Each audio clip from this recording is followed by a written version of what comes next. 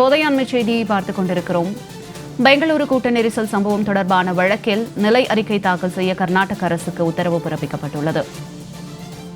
பெங்களூரு கூட்ட நெரிசல் சம்பவம் தொடர்பான வழக்கில் நிலை அறிக்கை தாக்கல் செய்ய கர்நாடக அரசுக்கு உத்தரவு பிறப்பிக்கப்பட்டுள்ளது. தற்போது கிடைத்துள்ள அண்மை செய்தியாக இதனை நாம் பார்த்துக் கொண்டிருக்கிறோம்.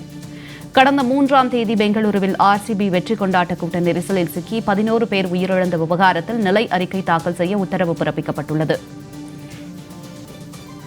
இதுகுறித்த தகவல்களோடு எமது சிறப்பு செய்தியாளர் யோகேஸ்வரன் இணைகிறார். யோகேஸ்வரன், இது குறித்த கூடுதல் விவரங்கள். நடப்பாண்டு IPL தொடர்ல சாம்பியன் பட்டம் என்று கோப்பையை கைப்பற்றிய பெங்களூரு ராயல் சேலஞ்சர்ஸ் அணியினுடைய வெற்றி விழா கொண்டாட்டம் என்பது ஜூன் 3ஆம் தேதி மாலை பெங்களூருல இருக்கக்கூடிய சின்னசாமி ஸ்டேடியத்தில் நடைபெற்றது. இதில் 2.5 லட்சம் ரசிகர்கள் மற்றும் பொதுமக்கள் ஒரே நேரத்தில் கூடியதன் காரணமாக ஏற்பட்ட கூட்ட நெரிசல்ல சிக்கி 11 பேர் உயிரிழந்தது தொடர்பாக நாளிதழ்களில் வெளியான செய்திகளின் அடிப்படையில் கர்நாடக உயர்நீதிமன்றத்துடைய பொறுப்பு தலைமை நீதிபதி வழக்கை விசாரணைக்கு எடுத்துக்கொண்டார். இந்த வழக்கின் விசாரணை ஏற்கனவே ஜூன் 5ஆம் தேதி நடைபெற்ற போது வழக்கில் நிலை அறிக்கையை தாக்கல் செய்யுங்கள் என்று கர்நாடக உயர்நீதிமன்றமானது கர்நாடக அரசுக்கு உத்தரவு என்பதை பிறப்பித்திருந்தார்கள்.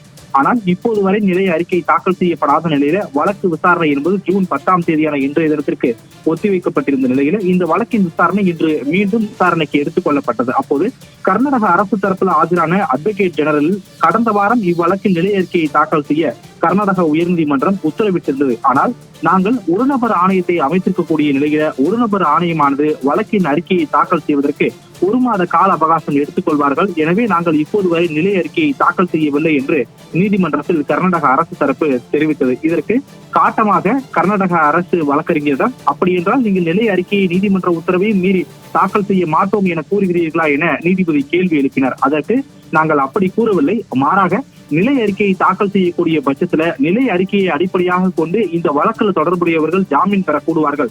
எனவே நிலை அறிக்கையை இது போன்ற பொது நீதிமன்றத்தில் சமர்ப்பிக்க முடியாது என தெரிவிப்பதாகவும் நாளைய தினத்திற்கு வழக்கை ஒத்திவைத்தால் அதற்குள் நிலை அறிக்கையை நாங்கள் கர்நாடக அரசிடமிருந்து பெற்று நீதிமன்றத்தில் தாக்கல் செய்கிறோம் என்ற வாதத்தையும் முன்வைத்தார்கள். இந்த வாதத்தை ஏற்றுக்கொள்ளக்கூடிய கர்நாடக உயர்நீதிமன்றத்துடைய பொறுப்பு தலைமை நீதிபதி வரக்கூடிய வியாழக்கிழமைக்குள் நிலை அறிக்கையை தாக்கல் செய்யுங்கள், அதுவும் சீலிட்ட கவர்ல தாக்கல் செய்யுங்கள், அது தலைமை நீதிபதியுடைய பாதுகாப்புல இருக்கும். சீலிட்ட கவர்ல தாக்கல் செய்யப்படக்கூடிய வழக்கினுடைய விவரங்கள் எதுவும் வெளியில் கசியாது என்ற உத்தரவாதத்தை அரசு தரப்புக்கு அளித்தார்கள். இதனைத் தொடர்ந்து வழக்கு விசாரணை என்பதை வியாழக்கிழமைக்கு மேல் பட்டியலிடுவதாகவும் மீண்டும் வியாழக்கிழமைக்கு உள்ளாக நிலை அறிக்கையை சீலிட்ட கவர்ல கர்நாடக உயர்நீதிமன்ற பொறுப்பு தலைமை நீதிபதியிடம் சமர்ப்பிக்குங்கள் என கூறி வழக்கு என்பது ஒத்திவைக்கப்பட்டிருக்கிறது. கர்நாடக விவகாரங்கள் தொடர்பாக பல்வேறு வழக்குகள் கர்நாடக உயர்நீதிமன்றத்தில் இருந்தாலும் கூட மூல வழக்காக கர்நாடக உயர்நீதிமன்றமே தானாக முன்வந்து பதிவு செய்த வழக்கின் விசாரணை பார்க்க முடிகிறது.